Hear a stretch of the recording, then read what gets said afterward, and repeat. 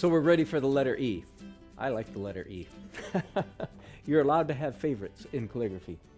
This is one of mine. Pick up your double pencil tool and let's begin. It's fairly straightforward because the stem, the main part of the letter E, goes from the top of the letter all the way to the bottom, one straight line with a flag at the top and a foot at the bottom.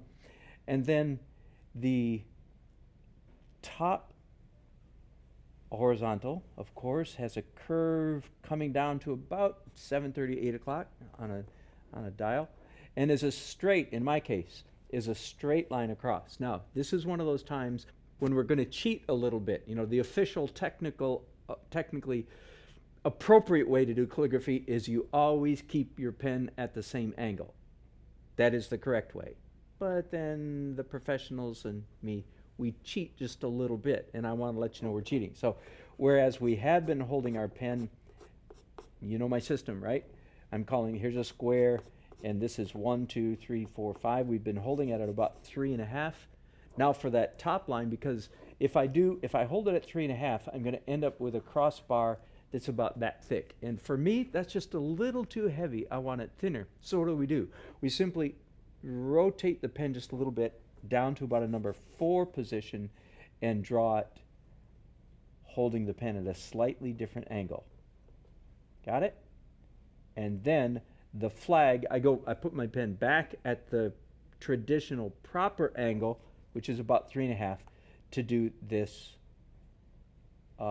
flag at the end of that stroke. Does that make sense to you? I hope you understand. So in a sense, I'm telling you what is the school book proper way to do calligraphy, and then how we all cheat just a little bit. So I'm sort of letting you go past beginner calligraphy all the way to intermediate in one lesson. Make sense?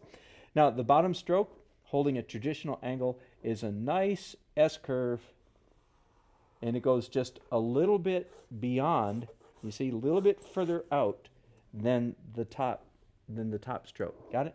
And then the middle stroke I'm doing as a perfectly straight, again, I'm going to hold my at a number 4 position, so it's a little thinner stroke, and it's a straight. Instead of an S-curve, I like mine being a straight stroke. That's a matter of taste. When you get it good at calligraphy, you can start inventing your own letters, but for now, do mine till you get it down, and then move on. Let's do one more of those, starting with the curve this time, then the stem, a foot down there, then the top stroke, changing the angle of my pen just ever so slightly, back to traditional angle for the flag at the end, and then traditional angle for this S-curve, coming out beyond the top one just a little bit, and then again, changing the angle, flattening out the pen just a little bit for this middle stem.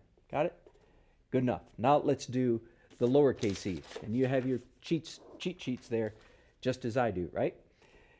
Pretty predictably, it's a friendly curve, and then a smaller curve. And the way I like to do Chancery cursive, and many others do as well, is we add this extra little element, which is a very delicate S curve going straight out from the middle of the letter. Now in this case, the bottom of this curve doesn't come out quite far enough, so I'm going to add just a little bit. That's the kind of Chancery cursive E that I like. I'm going to do another one with the pencil, holding the pencil at the traditional 3.5 angle. Smaller curve coming down, meeting this right about in the middle, and then often with one stroke you can actually do that delicate S curve. And here again, I'm going to add just a little bit to that to make sure it goes far enough. Beautiful. Now let's go to the felt tip marker, which you can carry with you and practice all the time. Very good for learning how to do calligraphy. So the letters are quite a bit smaller now. The stem, you can go as slowly as you want. There's nothing that says you have to hurry up with calligraphy. You can go just as slowly as you want.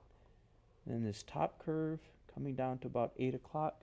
Changing, did you notice that my hand just naturally went like this? Because I'm changing the angle of that top line.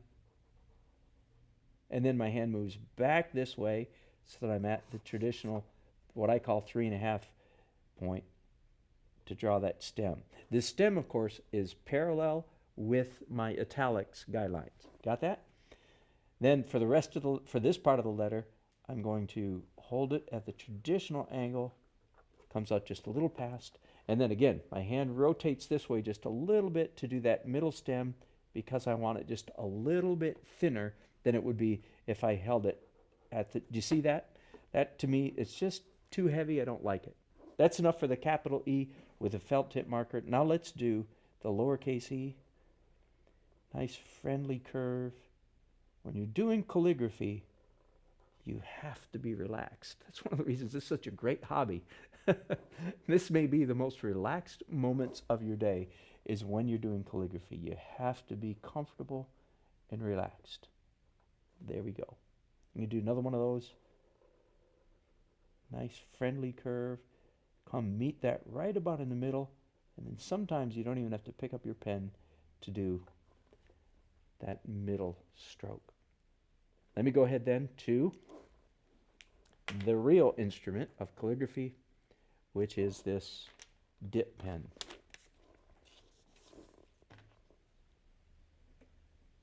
There are many reasons why the dip pen is the main instrument. For one thing, you can dip it in different colors of ink, different kinds of ink to get different effects. Almost always I have a piece of scrap paper, in this case a piece of Post-it note up there to get my pen warmed up, to make sure that it's functioning exactly the way I want it to before I start my letters. My horizontal, my vertical stem, my curve down to about 8 o'clock. Adjusting, did you see that? Adjusting my hand so that this top stroke is a little bit thinner. Then coming back to the traditional angle for the vertical flag. Traditional angle for this S curve at the bottom. It comes out just a little bit longer. And then again, turning my hand so that the middle stroke goes that way. Let me do again. Let me see if I can do another letter without dipping my pen again. There's nothing that says you have to hurry up. You can go as slowly as you want. Let speed come only as you get comfortable with it. You do not have to go fast in the initial stages. Horizontal line, little vertical flag, nice S curve, and a middle stem, trying to make it horizontal as I can. Good enough. Now, what if the letter E is the last letter in a line of text? I'm so glad that you asked, because this one is a little bit fun. I think this is part of the reason why the letter E is one of my favorites. You begin the letter just the way you normally do, little curve, meeting that in the end. But here's where you can have some fun. This middle, what do I call it? The middle horizontal there, that's an S curve. Well, simply extend it as long as you want to, so that it finishes out that line of text with a sense of balance and flair. All of that, knowing how long to make that, is simply a matter of taste. It may be, it may be as short as traditional, or it may be just a little bit longer than normal, and that's fine too. That's the letter E. Lots of fun. Let's go on to the letter F. What do you say?